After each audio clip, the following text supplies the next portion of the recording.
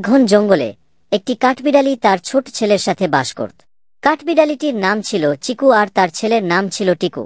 চিকু ছিল খুবই পরিশ্রমী, সারাদিন বাদাম আর ফল সংগ্রহ করে তাদের গাছে রাখা ছোট্ট ঘরে জমা করত।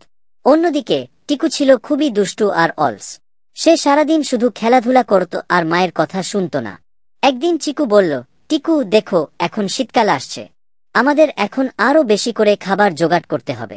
টিকু বলল, মা তুমি চিন্তা করো না, এখনো তো অনেক সময় আছে, আমি কাল থেকে শুরু করব। কিন্তু পরদিন টিকু আবার খেলাধুলায় মেতে উঠল। চিকু আবার বলল, টিকু এইবার কিন্তু আমাদের সত্যিই খাবার জোগাড় করতে হবে, শীতকালে বরফ পড়লে বাইরে বের হওয়া যাবে না।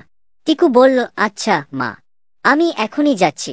টিকু বেরিয়ে গেল, কিন্তু সে খাবার জোগাড় না করে তার বন্ধুদের সাথে খেলা শুরু করে দিল।